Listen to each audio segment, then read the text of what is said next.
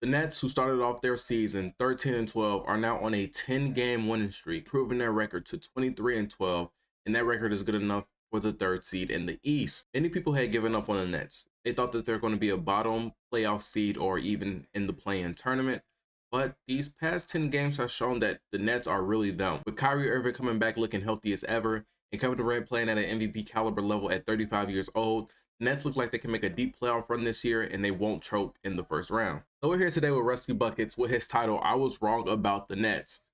Let's see what he has to say. The Nets, after a slow and drama-filled beginning to the season, have turned their year around entirely, now being 23-12 and second in the Eastern Conference, passing the Milwaukee Bucks. There are many things this Nets team have done to improve in the They have a tie record with the Milwaukee Bucks. And a lot of the things that they've done have frankly proven me wrong, because I put out a video a couple of months ago about why I just didn't think there was any world where this Nets team was a threat. Turns out a coaching decision later, and they're very much a threat. Let's talk about it. He stole my intro. I say let's talk about it. Before we continue on with the video, I just want to... Hey, I ain't gonna lie. If you see my videos, bro, just shout me out. Just shout me out. If you see my videos, you ain't gotta steal my intro like that. You ain't got... Come on, Rusty. I fucks with you. So fuck with me. Just throw me a lob. I ask that if you do enjoy this video that you subscribe, also drop a like. It helps the video do much better in the algorithm, and it is seriously much appreciated. Also, I want to mention the crazy game that Luka Doncic had, as well as Zion Williamson's career high the other night. We're going to be reacting to that and talking about it on the podcast live pretty soon. Oh, you got a pod? Go check out Rusty Buckets' pod. I didn't know he had a pod. Check out that podcast, whether it's live right now or if it's just out now. So let's talk about the Brooklyn Nets. The first thing I say in the intro, and the obvious thing that I attribute this to, is the head coaching change. Steve Nash got fired and he was replaced with Jacques Vaughn. With Steve Nash at the helm in the first 7 games of the season, they went 2-7. With Jacques Vaughn so far, they are 20. Hey, what we notice about Jacques Vaughn and we don't notice about Steve Nash. Come on, it's a big difference. It's outside of the coaching. Honestly, I feel like they just respect the black man more. Honestly, they got Steve Nash and they walked all over him because he was a white man. Now, Jacques Vaughn, he ain't putting up with that. Jacques Vaughn came in there, threw his you know what on the table and said, we about to turn this team around. And they respected that. Hey, that's all hey. 1-7. After working so hard this first month of me being back on YouTube, I'm happy to say that I finally have a sponsor for this video. Now, I've been using this product probably since I was born, you know. It's a great product, use it every day. I'm really excited that they were able, or he was able, to sponsor this video. So without further ado, this video is sponsored by me. Yeah, the video is sponsored by me. I don't have a sponsor yet. Sorry, I fooled you. I tricked you. Video sponsored by me. You guys are halfway through the video. I know you're enjoying the content, so do me a favor, hit that like button, comment, and subscribe to help out with the algorithm and help improve my channel. I am trying to hit 100 subscribers by the end of 2022. It is December 31st. We are 13 subscribers away from hitting 100 subscribers. So go down there and hit that subscribe button. Help your boy out. Let's get back to the video. Come on now. Puts them on a pretty incredible pace. And really the most obvious thing that you can attribute Jacques' contributions to has been in the defensive department. The Nets earlier on in the season and really going into this year were just really disappointing on the defensive end of the floor.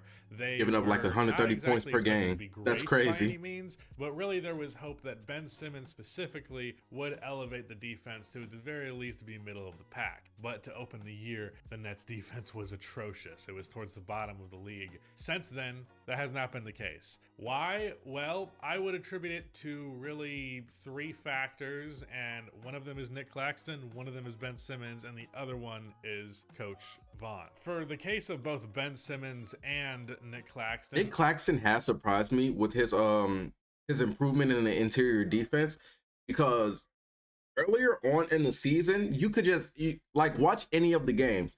He was late on his rotations. He couldn't guard the pick and roll, and he was a non-threat like inside the rim. I don't know. I guess I don't really I never really thought a coach could make that big of a difference for a team.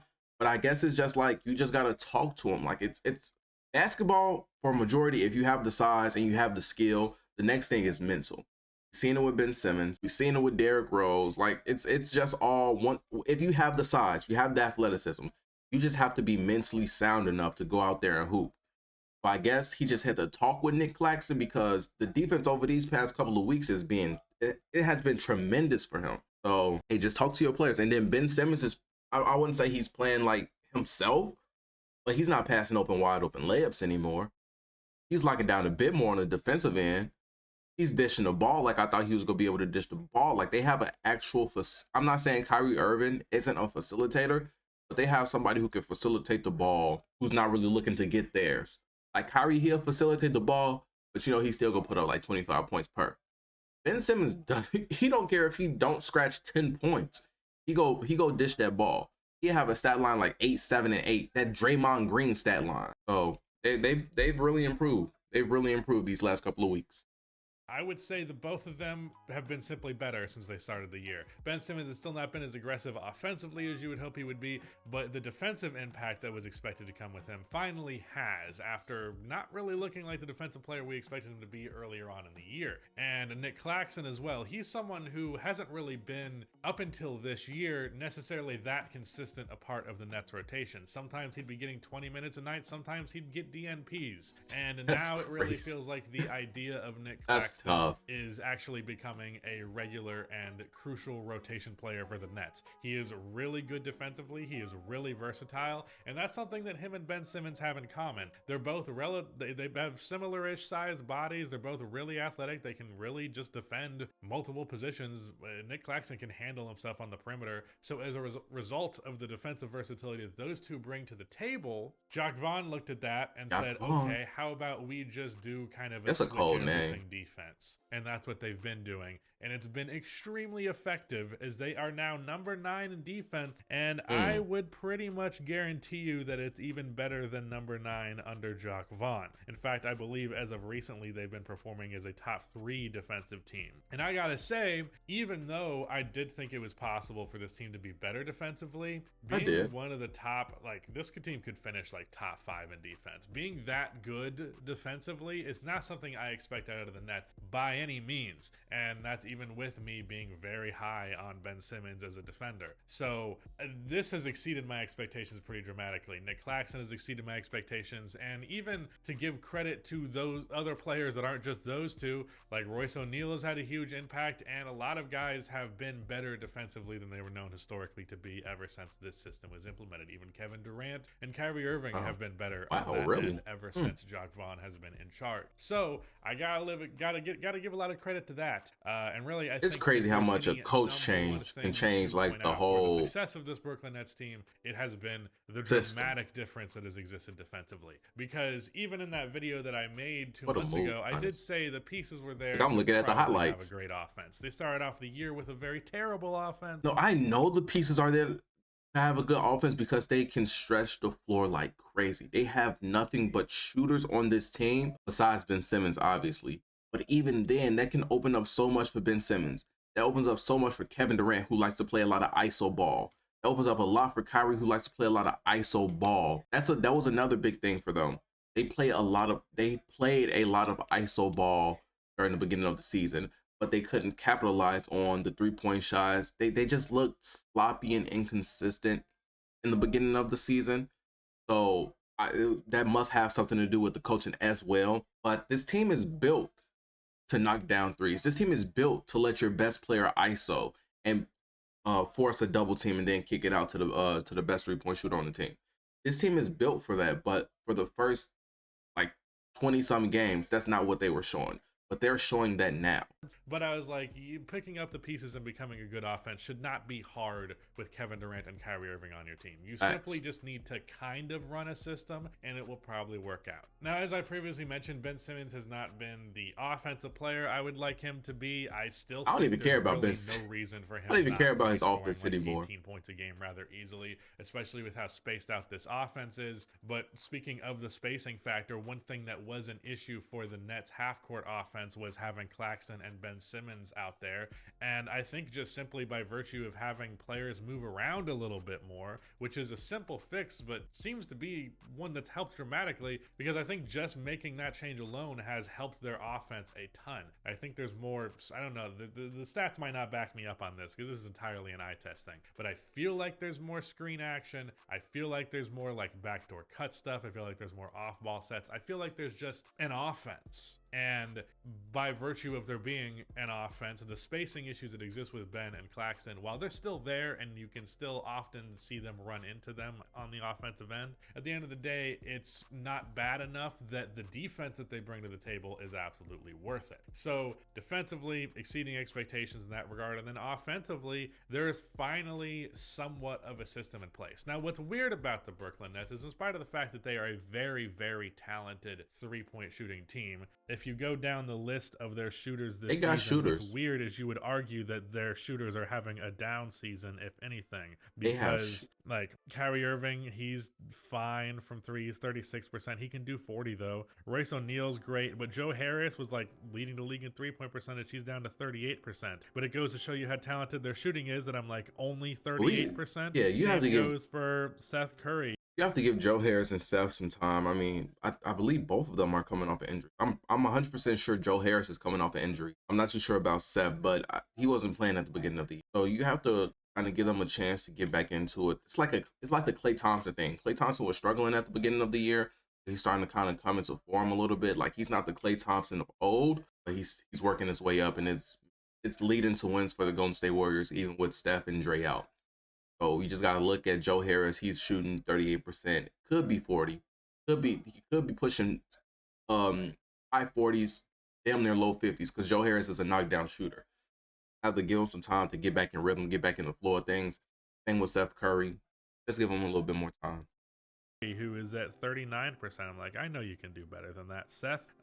Regardless, the point is, there's some pretty special three-point shooters on this team, but really the area that the Brooklyn Nets have found their success is in a way that really is counterintuitive, or counter to the narrative that general analytics would tell you. The Nets are really just killing it from mid-range as a team. They have multiple players shooting 50+% from mid-range. Meanwhile, I don't believe there's any other team in the league that has multiple. That's a number that I got from Alex Hoops, because he did a fantastic video on Brooklyn's offense and how it has been breaking analytics. So go check that out. In fact, I might even link it in the description, because it's just a very good video that explains the Nets' offensive changes and how those have helped a lot better than I can.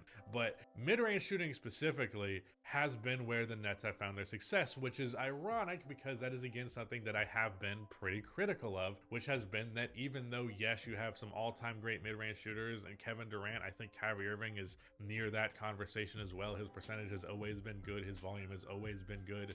A lot of guys who can hit mid-range shots. TJ Warren's here now. He has a bit of a mid-range game, and he's been good since he's come back. Seth Curry and Joe Harris are prone to pull up mid-range shots after they catch it off with the perimeter. A lot of mid-range shooting ability on this team, and frankly, as good as it is to have that, generally speaking, if that's a foundation of your offense, that's an issue. That's a big problem I have with the Chicago Bulls, is that DeMar DeRozan's mid-range shots seem to be like treated like what the offense is going for.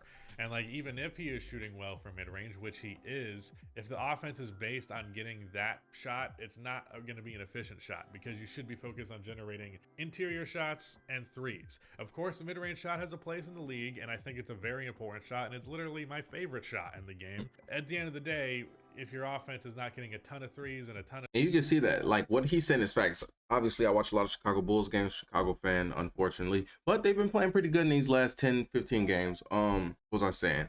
But you can see that because Devin Booker, he probably has one of the best mid-range shots in the game. But again, the Phoenix Suns, they don't focus on his mid-range shot. They still have shooters, and also Chris Paul, he's a mid-range deadeye. They still have players like Bridges. They can go into the interior to DeAndre Ayton when they want to. DeAndre Ayton could come out and have a 25 and 10 game if they went into him as efficiently as they should. But yeah, you have a lot of perimeter players. Like, even if Devin Booker is having a hot game, he's going off from the mid-range, they're still going to try to find perimeter shooters, because finding those perimeter shooters opens up the mid-range for you. Because a lot of the Bulls games that I watch, DeMar DeRozan is getting double teamed on that mid-range jump shot. So it takes away. So usually he has to kick it out to the 3-point shot, and then the Bulls aren't a. I wouldn't say the Bulls are a great 3-point shooting team. If DeMar DeRozan isn't going, they're getting double teamed, and then they're kicking it out to the 3-point. Those 3 balls aren't being hit, and it's just a bad game for the Bulls. So I see what he's saying right there. You shouldn't. Your main focus in basketball shouldn't be the main mid-range shot. Known as one of the most inefficient shots in the NBA. More so now today since it's a 3-point shot league. So yeah, I see what he means. That's that. Of shots in the paint, at least one of those two, you're usually going to struggle. If most of your shots offensively are from the mid-range area, that's going to be a problem. I don't think it's literally most, but a large percentage of them are, and yet the Nets offense continues to be supremely efficient. As I mentioned, to open the year under Steve Nash, the offense was kind of questionable. Now they are the 6th best offense in the league. I really think it is as simple as a crazy improvement. Coaching change. Yeah, that's a crazy improvement. One thing. Hey, Jacques Van Vaughn, he going crazy. In the video where I said the Nets were pretty much not a threat, because I believe Steve Nash either was fired or was soon to be fired after that video. I know that I believe that a head coaching change was not going to be enough to fix this team. And that's not to give all the credit to the head coaching change, because I do believe some players just simply stepped up for the sake of stepping up. Kevin Durant has been unbelievable this season. He's definitely in MVP conversations now when I didn't even have him in my MVP list like a month or 2 ago. I do believe the coaching decision has been the main difference. Steve Nash, I knew he was a bad coach, but there was something, the most important thing was that Steve Nash didn't have the locker room at all. And it really didn't respect him. Like Jacques Vaughn does. And that they didn't respect Steve Nash, but that's where it starts. Like, imagine if the Cavs didn't have respect for Tyronn Lue. Like, imagine if Tyronn Lue just came in and the Cavs just ran over him the first season that he was there. He wouldn't been able to build such a, I was going to say dynasty, but shit, they only won 1 ring. But he wouldn't have been able to build such a culture in that locker room and have those guys trust if they didn't respect him. So respect is where it starts, and respecting the head coach, it leads to winning games and it leads to championship. But I'm gonna end it there. I hope you all did enjoy. If you did, feel free to hit that like button, comment, subscribe, and share the video. It's December 31st. We're 13 subscribers away from 100 subscribers. So please get this video out to whoever you know. Get the channel out to whoever you know. Your mama, your daddy, your sister, your brother, your uncle, anybody you know who enjoys basketball content. Tell them about the channel. See you guys in the next video. Peace out.